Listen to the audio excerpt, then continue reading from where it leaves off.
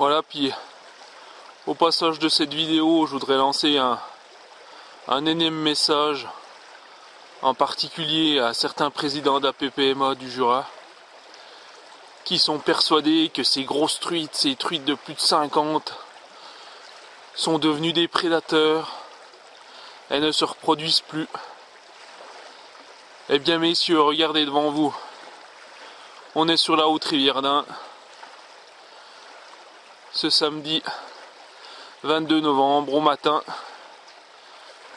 Et sur tous les poissons qu'il y a sur cette frayère, à part le petit qui vient devant, il n'y a aucun poisson en dessous des 50 cm. Et la plus grosse doit faire 65 cm. C'est elle qui mène le bal. C'est elle qui dit où faut faire le nid. C'est elle qui a l'expérience. Et c'est elle qui nous fera la meilleure ponte.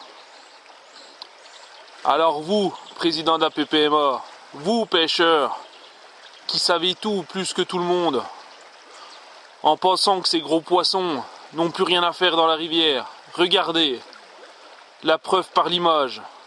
C'est pas les truites de 25 qu'on voit sur les frayères. C'est les poissons de 50 et 60 cm.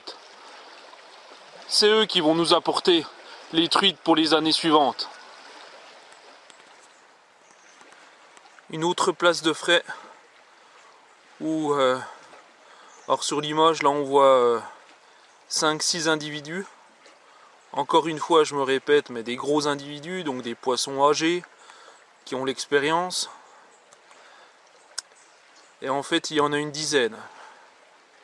Puisque les plus petits poissons sont autour, ils observent leurs aînés pour apprendre, pour comprendre.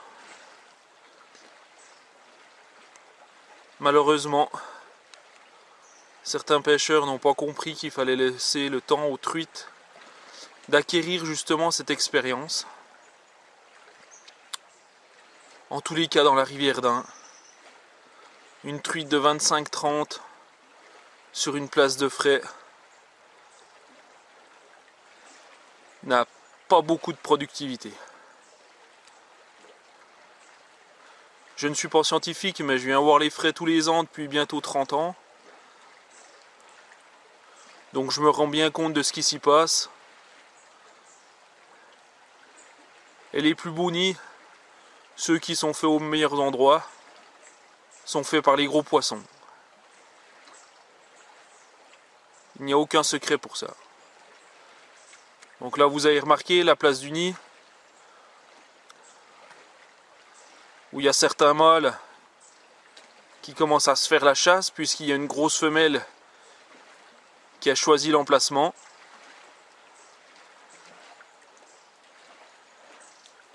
Voilà, elle a gratté là. C'est beau, non?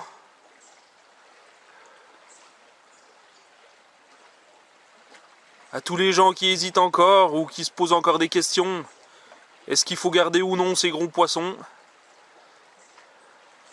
La réponse est devant vos yeux.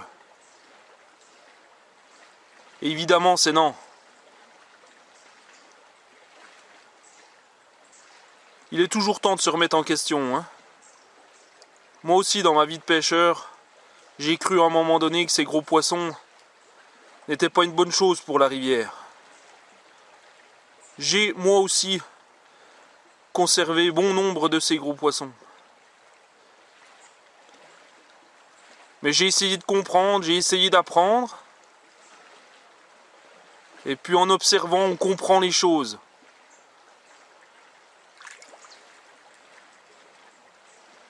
Et ces gros poissons, bien sûr qu'ils ont leur place dans la rivière. C'est même primordial qu'ils soient là. C'est eux les géniteurs.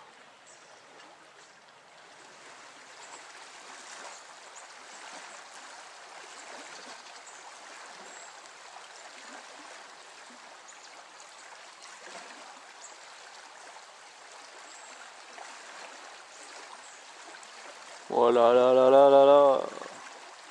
Elle creuse, elle creuse. Une fois de plus, quoi. C'est la femme qui fait tout le boulot, quoi.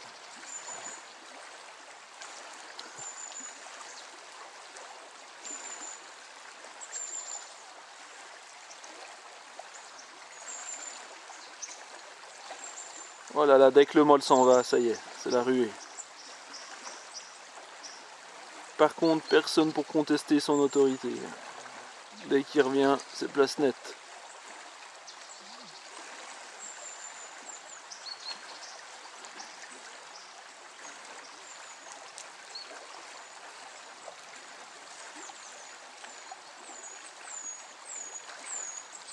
Quel beau poisson! Il est presque tout rouge ce poisson, il a des reflets orangés, il est magnifique. Il est vraiment magnifique.